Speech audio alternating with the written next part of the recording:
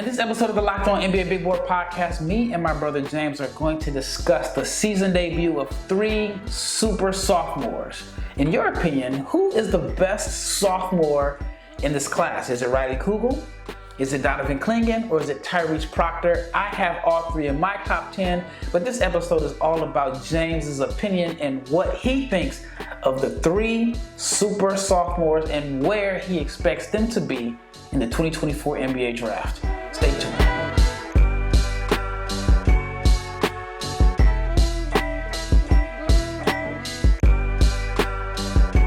Big shout out to each and every person that has made the Locked On NBA Big Board podcast your first listen of the day. I'm your host, Rafael Barlowe, the director of scouting for NBA Big Board. Got my brother James with me. Again, he's officially part of the Locked On NBA Big Board team. And you're going to hear a lot from us. You're going to hear a lot of different takes. I mean, we're probably going to disagree on a lot of stuff. We're going to agree. Now. And, but yeah, I mean, I'm looking forward to this 2024 draft cycle. I'm looking forward to this college basketball season, which is now underway. But before we get into the episode, I want to let you know this episode is brought to you by Prize Picks. It is the easiest and the most exciting way to play daily fantasy sports. Just go to prizepicks.com/lockedonnba. But you got to use all lowercase for a first deposit match up to $100. All right. We'll start off with Riley Kugel. Yeah. I like Riley. Yeah. I thought if he would have entered the 2023 NBA draft, if it were up to me, he would have been worth a first round pick. I love the way he finished the season last year. I like his athleticism. He can shoot. I think the upside is there. I mean, it was a little wild, and but I just feel like that could be toned down. I think that he has the tools to be a 3-level scorer, and I just felt like with his athleticism and tools, he just was kind of a little too wild and not an efficient finisher around the rim. But in my early big board, I have him as a lottery pick. So I wanted to get the lottery. Man, I did my big board back in August. I got him number 11, and the reason I have him at 11 is I thought he finished the season strong, averaged 17 points a game in his last 10 games. You know, Florida guys don't leave early. Do you know who the last one and done from Florida was? Bradley Beal? Man, you're cheating. I'm not cheating, man. I'm smart. 2012. But no, I like Kugel. Shot 38% from three last year and really didn't get the keys until Colin Castleton went down. But what are your thoughts on Kugel? Where do you have him in what range for your way too early? Way too early, I see him in the 13 to 18 kind of range. He's tripping. He is going to be, I know I'll let you express your opinion. I think. Hey, let me finish, bro. Look. Anything outside the lottery is too low. See, but I get it. But he is, okay, so let's talk about the positives, all right? Super athlete, right? Creativity off the bounce, right? I'm buying him as a jump shooter, okay? But he's just not a playmaker at all. Yeah. So it's like a negative assist to turnover ratio. And again, it's a knock on him, but I feel like some of the guards ahead of him, some of the freshmen, they're already playmakers, right? And they're going to get opportunities to make plays. So it's like Riley Kugel, that type of player, that score, yes, 3-level score, but I want to see him make, I hate that term, make guys better, but I want to see him make plays for himself and others. What if he's a bigger Malik Monk? Malik Monk is great in pick and roll. Malik Monk can pass. Now, at the same age, that's a fair question. Maybe he is a bigger Malik Monk. And I might have had, I thought I had Malik Monk visions in my head when I was watching him play. But just coming, he wouldn't think about no Malik Monk. Come on, man, get out, swagger jacket. Not at all. So anyway, my concerns with him prior to last night, aka the first game of the season, it was a lot of last year when he went on his hot spell. It was a lot of stationary into a jump shot, but it looks like this year he's very intentional on getting to the basket, and that's what I want to see. So if he's not going to, I mean, let's say not because he's only 20, but like if the playmaking is the last thing that he adds to his game, he's getting to the foul line. And he's using his athleticism for more than just pull-up jumpers. And that was my biggest issue with him last year. Now, he did get to the line because he is an athlete, but I want to see him not just wiggle, bounce into a pull-up jumper like, yo, man, you got crazy bounce, you slithery, like go to the basket, get to the foul line. So, again, now, in the way too early, like I can – and I don't have this in my notes. I'm not copying you. The last dude I want to copy. But – I should be the first dude you want to Nah, man. Anyway, he is somebody that I can see playing up. And his playing up meaning that his draft stock where I have him now, I would not be surprised if he's a top 10 pick come draft time in June. Yeah, I have him as 11. And obviously it's fluid. My concern for him this year was becoming a better decision maker, just being a better finisher at the rim. Only shot 48% at the rim last year. And 48% on layups, I should say. And then there were times where he was going for the highlight reel finishes and he missed 5 dunks. But he had 48 turnovers and 33 assists. And I do think becoming a better playmaker and passer would definitely help his draft stock. That's all I'm saying. What did you think about his sophomore debut? I know he had a big game. What did you think about it? Yeah, so like I said, man, he was trying to get to the rim. He wasn't settling for the pull-up jumper. And again, I love mid-range jumpers. But sometimes he settles for them. And it looked like in that first game, again, you know, who they played? Longwood? No disrespect to Longwood. But he was trying to get to the rim. Mm-hmm. Like he was intentional. I'm getting to the basket. I'm the most athletic dude on the court. I'm the baddest dude on the court. I'm trying to improve my draft stock. I'm going to the rim. And he caught the ball in the mid post too. And again, you know, I'm a big fan of the mid post. I'm a Bonzi Wells advocate. So speaking of Bonzi, hold on, I gotta tell you something. This is Bonzi Wells. Man, he told me something, but I don't want to get aggregated and then it just blows up. But Bonzi Wells told me that. I won't say who he said he was. He mentioned that there is a player in the NBA. He was like, I was this guy before this guy. But Bonzi told me. What did he say? I'll tell you offline. I don't want. You afraid of these people, man? No, man, I don't want to be famous for the wrong reason. Bonzi said it, not you. And then it blows up, and then, you know, people deny it, and then it look like I'm lying. Or, you know, or Bonzi be like, he probably wouldn't even remember me. But like, I ain't never seen this dude in my life. But anyway. He told me that he was a point guard. Bonzi was? He told me he was a point guard. And they wouldn't let him play point in the NBA. That's what I was thinking. Hey, real quick though, I was my algorithms was algorithming on YouTube, and there was an old video of him and Rasheed talking about the coaches that they hate. Did you watch that? No. Dude, I was cracking up. Was it Mo Cheeks? No, he hates Mike Fratello. Yo, you gotta watch it, dude. It's funny. Is that in Detroit? Memphis. Oh, okay. Because he took over for Hubie Brown. Yo, it's hilarious. I said to you, we done. So, yeah, you said he scored a mid-post? Yes. And that's the kind of stuff that I want to see. Like, don't just settle for the contested jumper. Like, there's a time and a place for the mid-range jumpers, right? And again, I'm not the the analytics dude that tells, like, if you have that and that's what you work on and you have efficiency and those are the shots you can get, like, take them. But if you can get to the basket, by all means, get to the basket. And I just felt like last year he kind of settled, and it looks like this year he's like, I'm not settling. He looks like he's trying to get to the rack this year. And like I said, he's somebody that I can absolutely see with the green arrow by his name.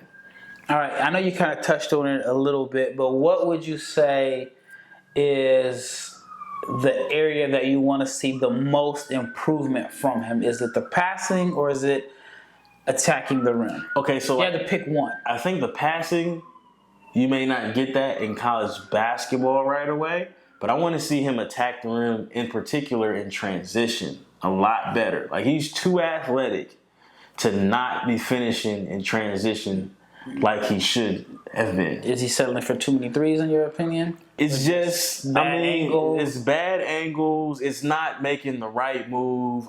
It's not Euro step when you need to Euro step. It's not. It's it's just something missing. But again, in that first game, he's added some stuff to it. It's not just full speed, boiling a china shop. Like, he's stepping around guys.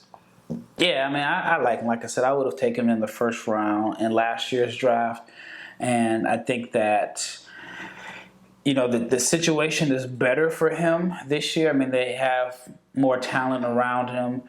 And I just think that once he adds a little bit more to his game, it kind of slows down, adds a little bit more pace. I think he's going to be special. So I have him a lock as a lottery pick. Do you think he could have the Victor Oladipo type leap?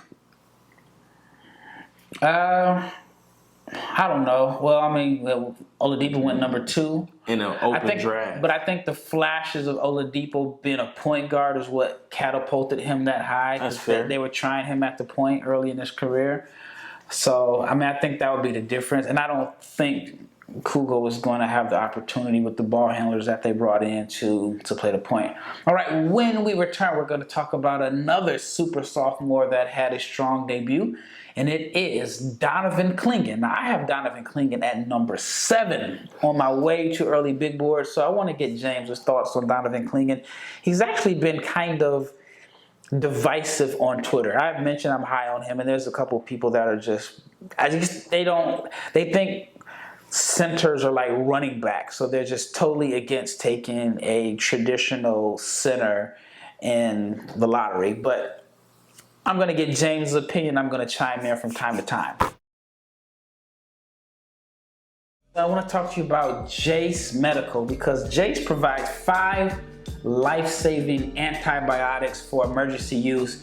Now, with everything going on in the world right now, whether it's fires, whether it's earthquakes, just there's so much going on in the world. I mean, there's conflict in different parts of the world, and all of that can possibly lead to supply chain shortages. And that's why I think it's very important for you, the listener, or just anybody, to have a Jace case, because with the Jace case, like I said, it's 5 life-saving antibiotics for emergency use. And all it takes to get a Jace case is you just have to fill out a simple online form. And in some cases, you can jump on a quick call with a board certified physician. You're not just talking to some random person. So it is a board certified physician, and you can get ongoing care from physicians and on any treatment related questions.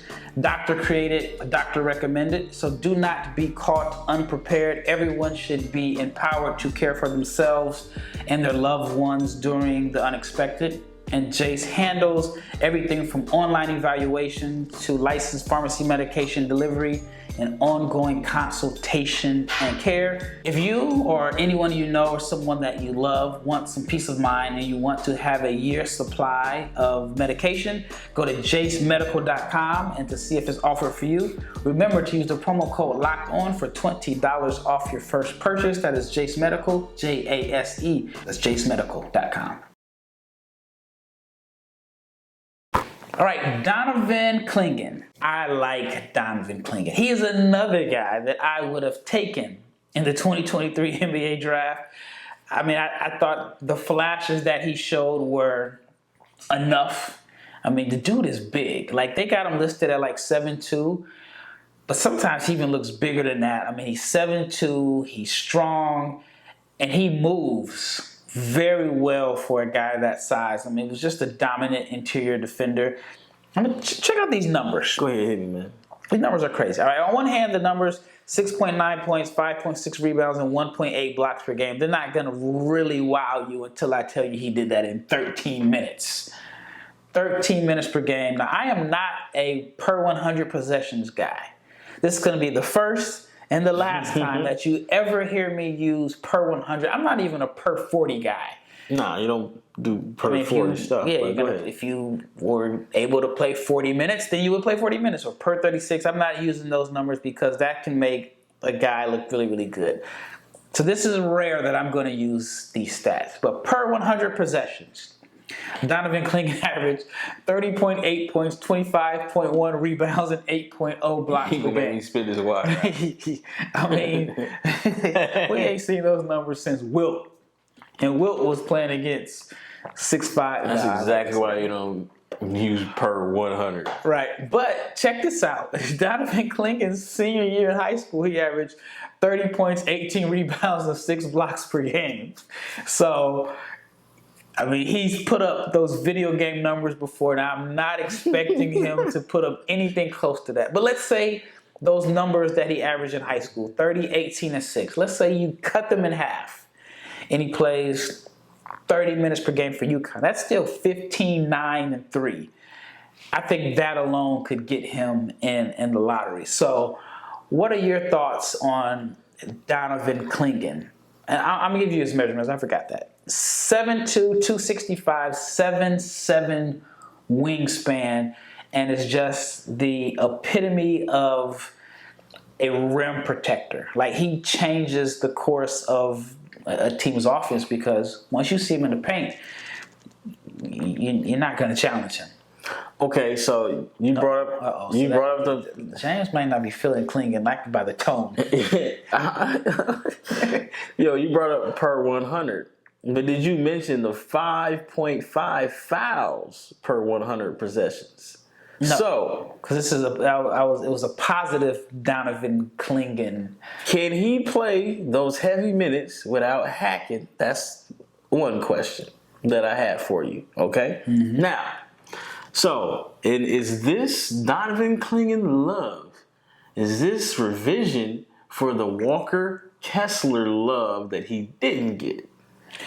Yeah, I mean, I think part of it is teams are going to try not to make that mistake again. I think that, like there's I won't say back in the day, just as early as a couple years ago, teams did not want they didn't want traditional bigs that didn't necessarily space the floor.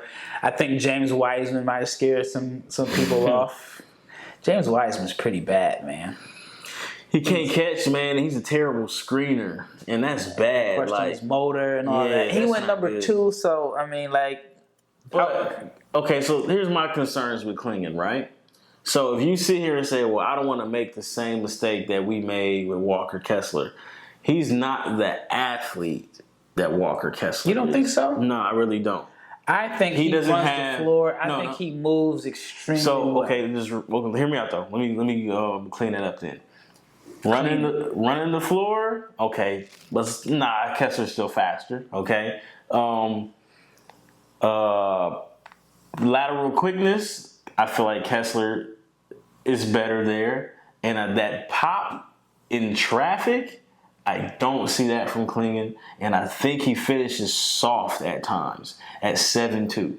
So because he doesn't have that kind of pop and he's not as springy, I feel like defending in space is going to be obviously going to be issue 7'2", but I don't know if he's athletic enough for me to take him that high. I think he is. I forgot who they played. He only played 12 or 15 minutes. Wasn't in foul trouble, no fouls, but he had 12 points, 8 rebounds, and 3 blocks. He did miss 4 shots, which is crazy. He shot a jumper. I saw him shoot a 3-pointer. Last year, he shot 65% from the floor. See, and again, I just don't.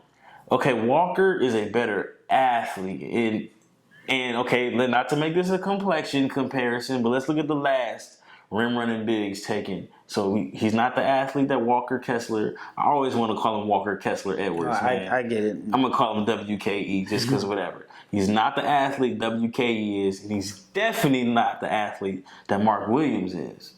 You feel me? So it's like those guys, the rim runners, athlete, shot blocker, whatever. He's just not that athletic, and for me to take him in the lottery, especially with him not being somebody we can dump the ball to. I don't care about not stretching the floor, even though he has great form, and maybe that's something that he should add. That's fake. I mean, he shot 51% from the free throw line last year. Hey man, look, part of the draft is tricking people. I mean, even this year, like the first game, he got 9 free throw attempts the first game? What did he shoot? 4 for 9. Oh, he got that Ben Wallace. Never mind. But anyway, And I've heard people say that, oh man, he can shoot. This is going to be the year that he's going to show. But I'm not. Look, Donovan Clingan, I got you at number 7. You do not need to show teams that you can space the floor. No. I'm not recommending it. I'm just saying I wish he was more athletic. Because, again, in traffic, yes, he'll dunk. But, like, I see him getting his shot blocked by smaller guards. And he's not somebody that we can just, look, okay, no, you're not a great athlete. Let me feed you on the block, and you're going to be great. So it's like, I think 7 is a stretch. First round pick, absolutely. Top 15, I'd probably buy it. But, like, 7, no. I want to see if Aaron Bradshaw is healthy, right? He does everything you wish Clingan did, but he's probably like 40 pounds, I don't even know if it's 40. They got him listed as 280 this year. Clingan was 285. Is 280 functional? I don't know. I mean, it's functional for Steven Adams, but how many, I don't know.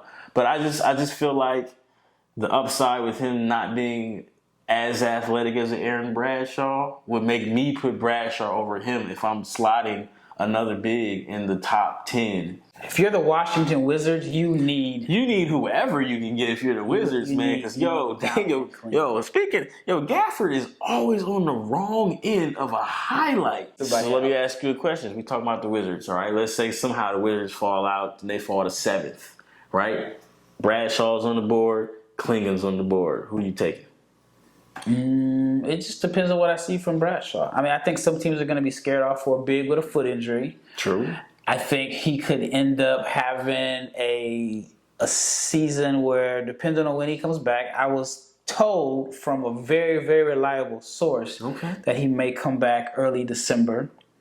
I was also told that he could have played this year without the foot surgery, but he was going to get red flagged at the combine. So they just figured, get it out the way now, make sure he's healthy, so that way it's not a surprise at the combine. Then all of a sudden it's like, well, he has a foot issue, whatever. So it just depends on what Bradshaw shows. I think with Clingan, you're going to get rebounding, shot blocking, you're going to get an interior presence. I respect it. I think with Bradshaw, you're hoping. I think Bradshaw has a higher upside, higher ceiling, and you're hoping that the shot pans out. You're hoping that he puts on weight and so on. I mean, you're actually hoping he gets touches at Kentucky. Wow. That's fair. I think with Clingan, you know what you're going to get. All right, when we return, I guess we didn't even solve our Donovan Clingan issue. James, where do you have him? I'm warm on him. Where do you have him? I'm warm. Lottery pick? 15. 15? 15. So you agree with, there's somebody that every time I mention Donovan Clingan, they just, in any big, they just attack my mentions, and they literally have whole conversations. I don't even respond. But I think, imagine, and I can't think of a situation where a perfect fit, but I do think Derek Lively was in the perfect fit with Dallas. I mean, I would love to see Clingan on certain teams, but they won't be picking high enough to draft him. I would love to see Clingan in Golden State. I would absolutely love that, but I mean, it's unlikely to happen unless he falls to where you have him. All right, when we return, we're going to talk about Tyrese Proctor. Tyrese Proctor is one of my favorite players in this draft class. I mean, I love the shot making. So we're going to get James's thoughts on Tyrese Proctor. Stay tuned. All right, before we get into the remaining prospects, we got to talk about Prize Picks. Prize Picks is daily fantasy made easy.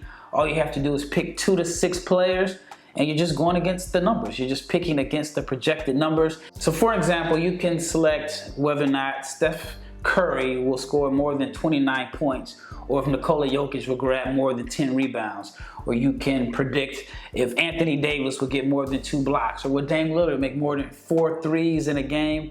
And Prize Picks offers a reboot policy so that your entries stay in play even if one of your players gets injured. Now that is new. So for football and basketball games, if you have a player who exits the game in the first half and does not return in the second half, that player is rebooted. PrizePicks is the only daily fantasy sports platform with an injury insurance policy. So all you have to do is download the app, go to prizepicks.com. You have to use the promo code LOCKEDONNBA and must be lowercase LOCKEDONNBA. And you can get a first deposit match up to $100. That is prizepicks.com/LockedOnNBA.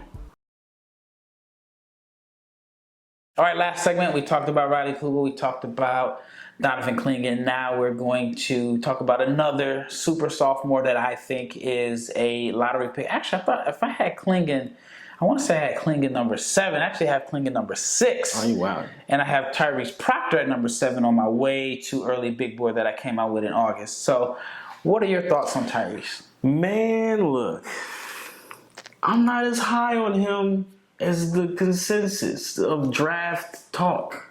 Well, I mean, that's why I have you on. Let me tell you why. Now, look. Let's not get it twisted. He can shoot, right? Much better shooter than the numbers. He got off to an absolutely terrible. Catch and shoot last year, he was 46%. Unguarded catch and shoot. But, his first 12 games, he shot 35%. Yeah. No. Awful start. So, he can shoot. I'm buying him as a shooter. I'm buying that as a slump, right? He shot the ball well when he played for the NBA Academy? Yes. Or the national team? The national team. He shot the ball well. The catch and shoot, the form looks good. And he had a bad slump or he's streaky. But I'm buying that part of his game. I'm just not buying him as a lead ball handler because, let me get the positives real quick. He does have shot creating ability and creativity. He's got the homeless man's Jamal Murray scoring package where I'm going here, I shoot a turnaround jumper. Wrong foot. One leg jumper. Part of that, in my opinion, is because shifty, big guard. Hold on, man. I don't think his handle is very strong. And I think his left hand is in particular very weak. And it's evident that his handle isn't strong in his free throw attempts. I just seen a guy make $300 million with a weak left hand. That dude is 6'7", 6'7" with a 40-inch vertical, right? And guess what? I mean, hey, man, look. Talking about Jaylen Brown. This is not about the money. And I like Jaylen Brown. This is not about the money, right? But what is it about? $300 million? It's not about the money. Look, he earned that money, right? But I'm saying, even with his weak left hand, we seen Gary Payton take his lunch. Right? Gary Payton III, not OG Gary Payton. Right? We see Gary Payton take his lunch, and we saw Caleb Martin taking his lunch. So, eventually, it's only for so long fake ball handlers can pretend. I just don't believe in Tyrese Proctor as a primary ball handler. He looks like a secondary ball handler to me. Did you know that Duke got better when they gave him the keys? I don't care about college basketball in that aspect. It's Duke. Y'all supposed to be good, man. You know what I'm saying? I'm talking about him as an individual. Can he make plays? Yes.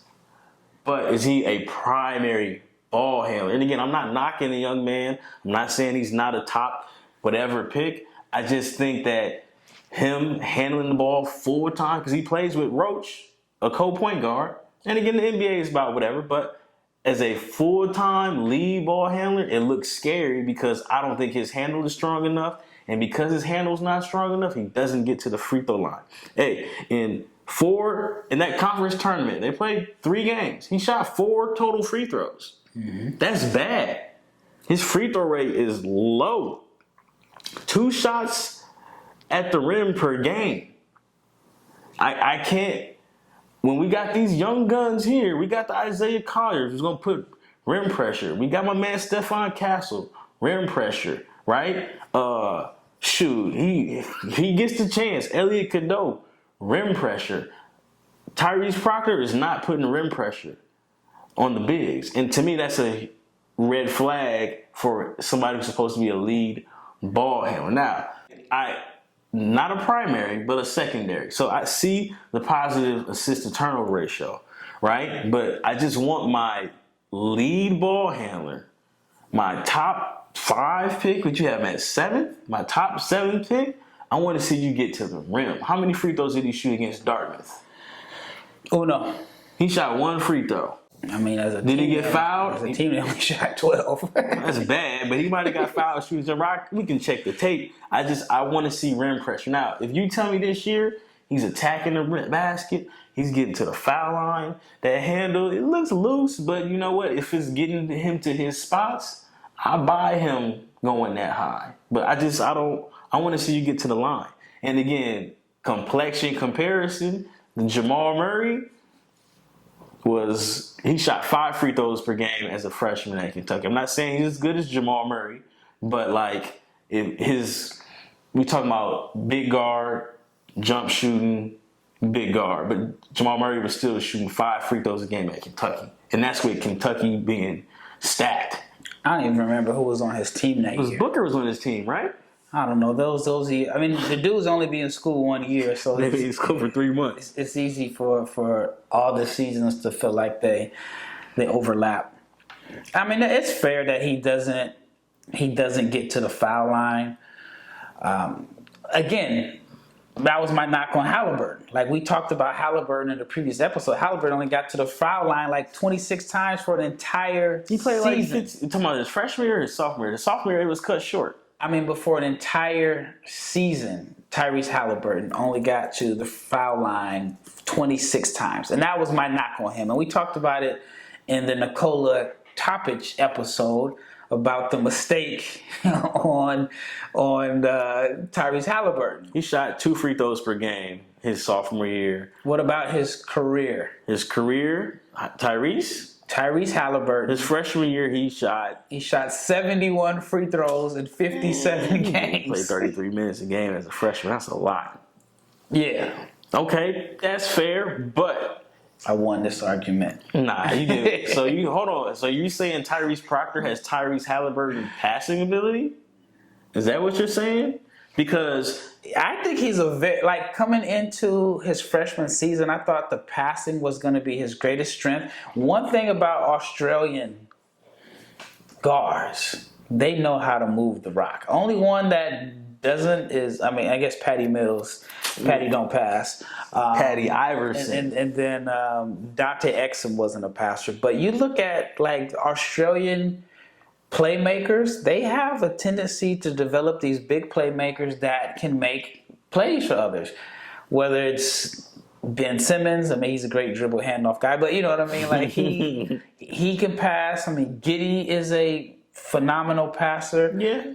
Proctor is, in my opinion, a really, really good passer. Now, I didn't like Duke's roster last year. I thought it was a situation where they're like, we're going to get all the best recruits that we can get. We're not even caring about how they fit. So they did to Kentucky.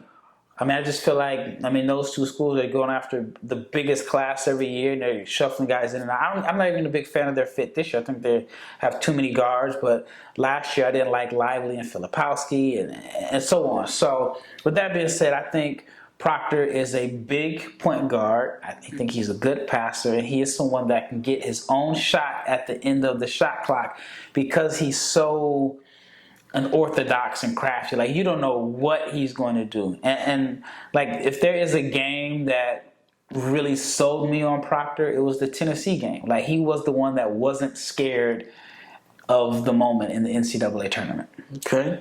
So you're buying him as a point guard. Point guard. Point guard. Yes, I'm buying him as a point guard. Okay. Again, I like his scoring creativity, but I think a lot of those jumpers he takes is because he can't get to the rack. And as a point guard in 2023, 2024, I need you getting to the rack. You like D'Angelo Russell? I kind of like D'Angelo Russell. Yeah, okay, so that'd be a good comparison. But he's quicker than D'Angelo Russell. But D'Angelo Russell posts up. D'Angelo Russell doesn't miss elbow jumpers, it seems like. I get it. What's his free throw rate? D'Angelo 2, Russell. 2, 4 when he's an all-star? For his career, 3.1 free throw attempts per game. Okay. 17.7 points, 5.7 assists per game.